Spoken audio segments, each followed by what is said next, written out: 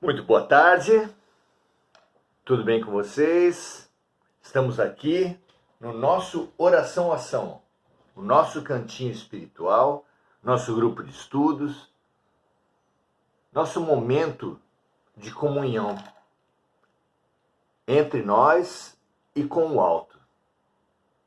Não tenho dúvida de que há coordenadores para esse trabalho. Toda vez que uma pessoa expressar boa vontade para o trabalho no bem, não precisa ser grandioso, não precisa ser alguma coisa famosa ou rica aos olhos dos homens, mas precisa ser uma coisa rica aos olhos de Deus. Apenas boa vontade. Deus não quer anjos, nem espíritos de luz, especialmente numa classe tão atrasada como a nossa. A paz na terra não está destinada aos puros, mas aos seres de boa vontade. Almeje isso, busque isso. Nós buscaremos também. Hoje, no nosso O Consolador, esse guia de viagem tão importante para todos nós, estudando no campo da ciência, que é o primeiro campo do conhecimento, nesse livro, o segundo grande campo do conhecimento é a filosofia, o terceiro a religião. Nesse estudo de hoje, avançaremos, buscaremos uma reflexão a partir da pergunta sobre o hospital espírita. A importância de haver um hospital espírita é a última pergunta no campo da saúde nesse livro, pelo menos no aspecto científico.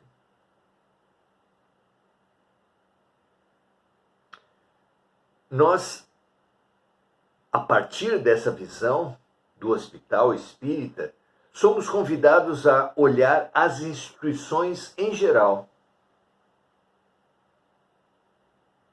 Haverá sentido em termos de escolas espíritas, uma medicina, instituições espíritas em geral, abrigos, orfanatos, asilos?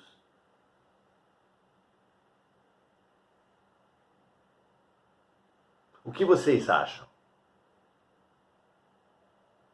Não é interessante a reflexão? O Espiritismo está, sem dúvida, entre as forças sociais que mais fundam serviços sociais em geral. Há diversas creches, muitas escolas, abrigos, clínicas de recuperação de drogas. É muito interessante esta reflexão a partir do Hospital Espírita, exatamente porque serve para diversas outras obras de caridade, obras sociais, nos permitindo, inclusive, avançar para outros caminhos igualmente interessantes. Vamos lá? Muito bom. A pergunta é de número 107 e diz assim: um hospital espírita tem utilidade para a família espírita? Não nos cansamos de lembrar, na obra Nosso Lar, fora da codificação, talvez a obra mais popular do campo espírita, André Luiz, que era, na verdade, um dos maiores médicos da história do Brasil, Carlos Chagas, descobridor da cura do mal de Chagas. André Luiz, esse enorme médico do Brasil e da Terra, após a morte, depois de ter ficado 8 anos no umbral, passando fome, sendo humilhado, passando necessidades, pelo simples fato de não ter exercitado, disciplinado a sua mente na geração da luz, na elevação da sintonia, ferramenta fundamental para modificarmos, para melhorarmos as nossas condições, assim na terra como no céu, por esse simples fato, não conseguia receber, não conseguia ouvir os conselhos dos espíritos elevados e precisou permanecer na baixa vibração até despertar dentro dele uma vontade urgente de elevar a sua vibração.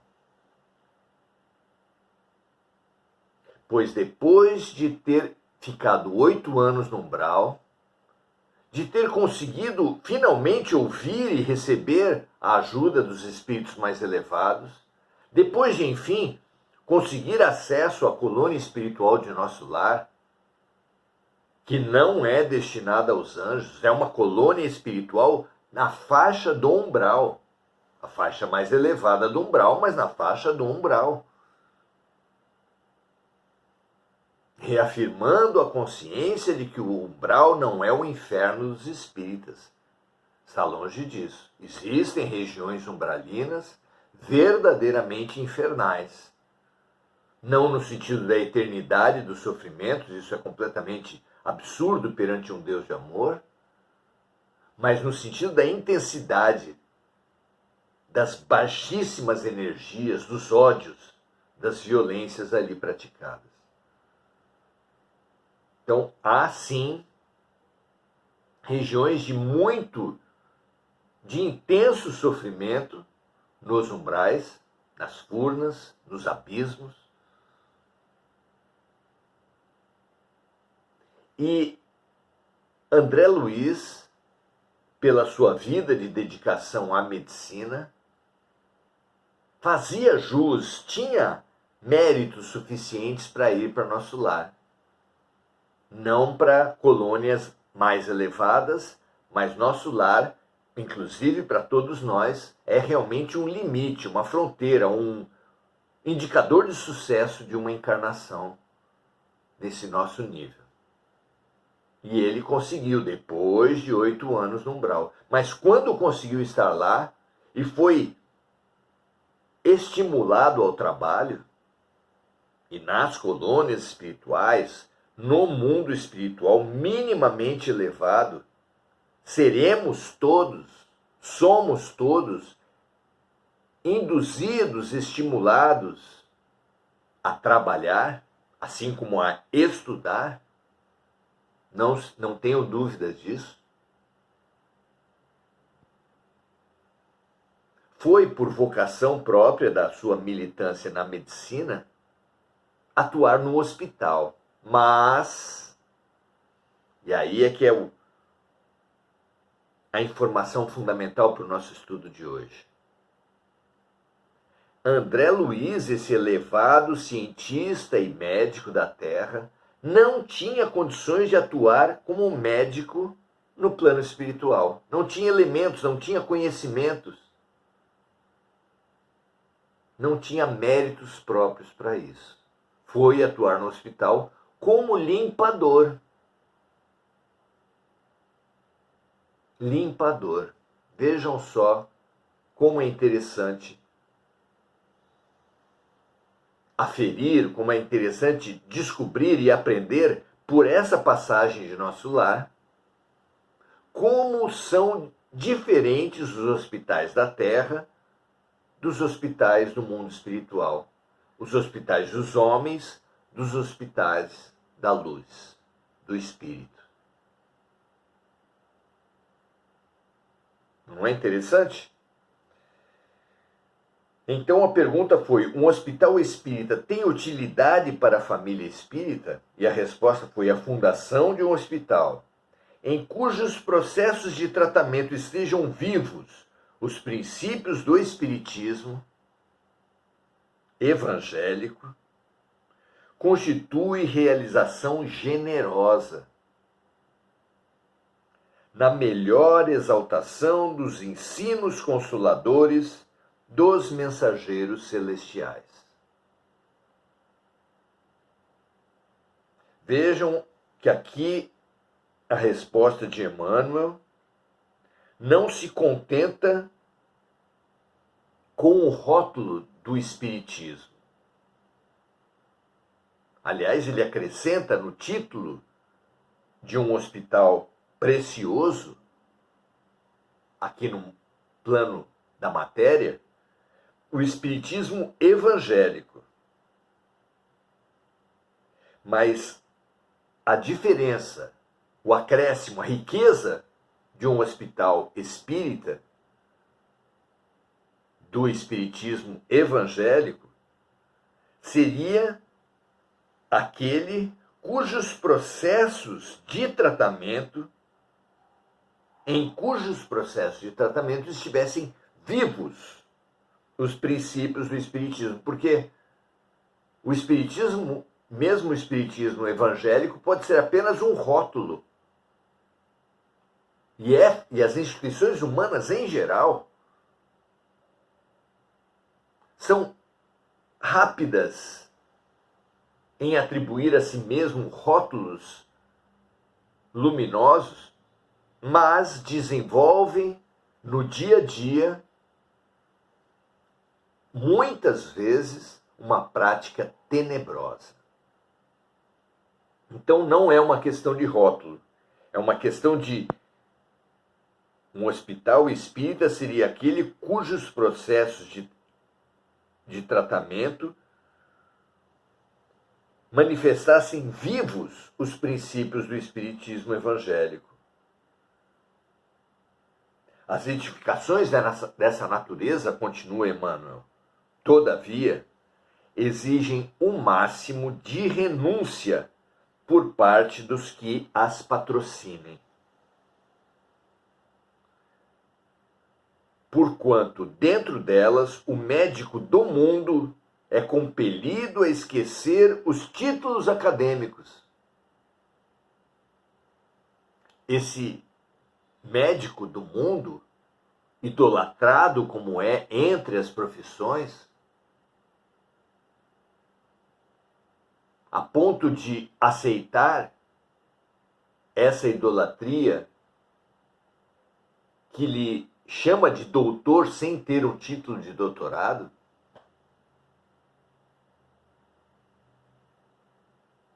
essa profissão venerável, respeitável, como tantas outras, mas sem dúvida nenhuma idolatrada, como algumas outras,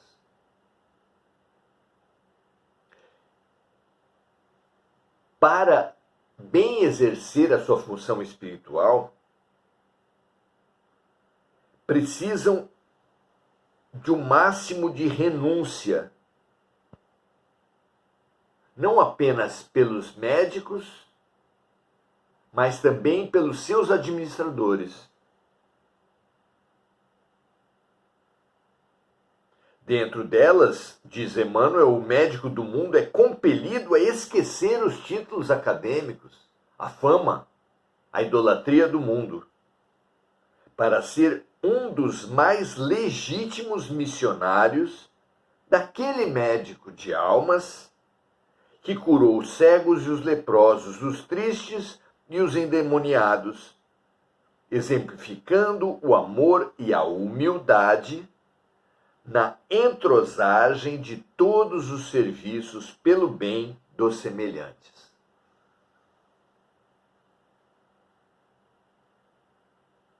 O amor e a humildade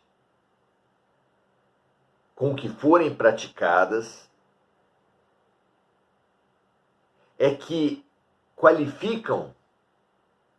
qualquer profissão, qualquer instituição, a ser chamada de espírita evangélico.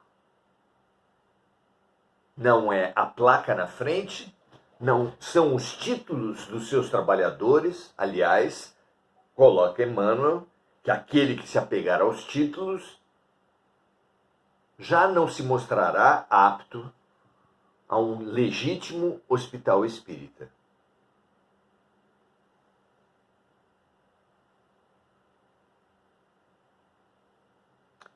Continua ele dizendo assim: um hospital espírita deve ser um lar de Jesus. E para assim atuar, para muito além dos rótulos, como já dissemos, dos espaços com imagens ou não para se elevar o pensamento, deve ter um toque de espiritualidade em tudo que faz, em todos os cuidados.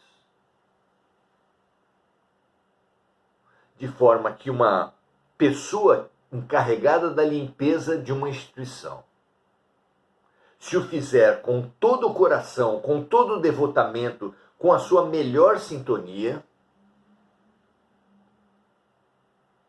por exemplo, num hospital, será mais valorosa para as curas que ali ocorrerem do que muitos dos enfermeiros e dos médicos. Da mesma forma, o limpador de uma escola será mais precioso, será mais educador do que os professores, se deixar imbuir desse sentimento profundo, desses princípios básicos, como são o amor e a humildade. Cá entre nós, o amor é realmente perseguido por todos, ainda que seja tristemente deturpado em apegos, posses, prazeres. O amor é valorizado. A humildade, ninguém ambiciona ser humilde, ninguém busca, ninguém valoriza a humildade, apenas as grandes mentes e os grandes corações. Então, um hospital espírita deve ser um lar de Jesus. E que para uma instituição qualquer ser um lar de Jesus, precisa dessa busca sincera, cotidiana, baseada em amor e humildade. E termina Emmanuel dizendo assim: se o aparelhamento, o equipamento de um hospital espírita é uma maquinaria divina, exigindo idêntica superioridade nos operários chamados a movimentar-lhe as peças. Então não são apenas os médicos que precisariam estar imbuídos de humildade e amor. Nota que ele não fala aqui necessariamente de cultura espírita, de estudos, de livros, mas de amor e humildade. Então, seu aparelhamento de um hospital espírita é uma maquinaria divina, exigindo idêntica superioridade nos operários, chamados a movimentar-lhe as peças, de modo a que se não deturpe a grandeza profunda dos fins. O grande aparelho, a grande ferramenta, a grande tecnologia de uma escola, de um hospital, de um abrigo, de um asilo, de uma empresa também, ou seja, de qualquer ambiente, o que faz qualquer ambiente é a vibração das pessoas que o frequentam.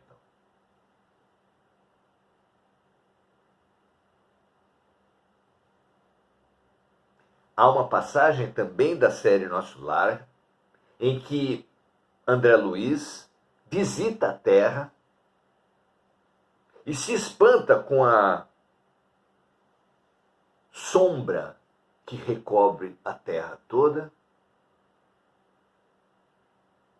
por ver que não se tratava de uma sombra apenas pela oposição ao Sol, mas era uma sombra gosmenta, mal cheirosa, que era reflexo do pessimismo, das vinganças, dos ódios entre os partidos, entre as religiões, entre as ideologias, os clubes de futebol, entre os sexos, entre as classes sociais, de tudo, afinal de contas, a humanidade faz guerra. E isso recobre o nosso planeta de uma energia muito densa. De raros em raros momentos, volitando sobre a Terra com seu instrutor, ele percebia algumas luzes. E aquilo, claro, lhe chamava atenção na imensa escuridão. E investigando essas luzes, muitas vezes ele não via um templo de oração, nem uma instituição de ciência, de pesquisa, nem de filosofia. Às vezes, simplesmente uma casa simples, com uma pessoa fazendo uma oração de coração, representava para o planeta, para a humanidade inserida no planeta Terra, um ponto de luz. Vejam só, amigos, a pouca importância do tamanho dos prédios, das placas na frente, dos rótulos que atribuamos à instituição. E a grande importância da instituição, da tecnologia, da máquina humana, grande geradora de luz ou sombra para todas as realizações da Terra. Fabuloso entendermos isso. Nós que nos apegamos tanto às aparências, entendemos que religião boa é aquela que é conduzida por espíritos de boa vontade. Que hospitais bons, mesmo que se digam materialistas, mercantilistas, se tiver na sua equipe preponderantemente pessoas de boa vontade, que busquem sempre práticas de elevação das suas vibrações, que humanizem o seu olhar, o seu toque, a sua presença junto aos doentes, no caso de hospitais, junto aos alunos, no caso de escola, junto aos órfãos, aos abrigados nos abrigos, e assim por diante. É isso que define uma instituição de Deus. A atitude de boa vontade, a vontade de servir, a empatia, a compaixão, a gratidão, a oração que se faça ali dentro. Claro que isso serve para os seres humanos também. Nenhum rótulo, nenhuma posição, nem mesmo aquelas de origem religiosa. Há tantos religiosos que se dizem sacerdotes, pais, como é o caso dos padres e dos papas, se chamam pais, em oposição ao que o próprio Jesus disse quando foi chamado de pai, que ele falou: não me chame de pai, pai é apenas aquele que está nos céus. Algumas instituições chamam seus líderes, seus sacerdotes, de pastores, apesar de Jesus ter alertado contra os pastores mercenários.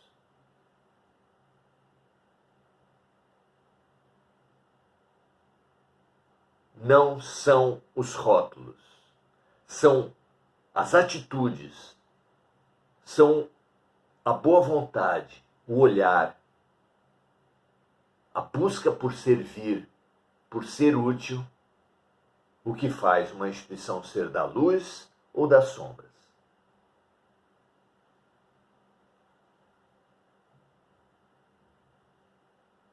Tanto dos médicos, no caso dos hospitais, e dos professores, no caso das escolas, quanto de todos os operários que ali estão servindo, como disse aqui Emmanuel.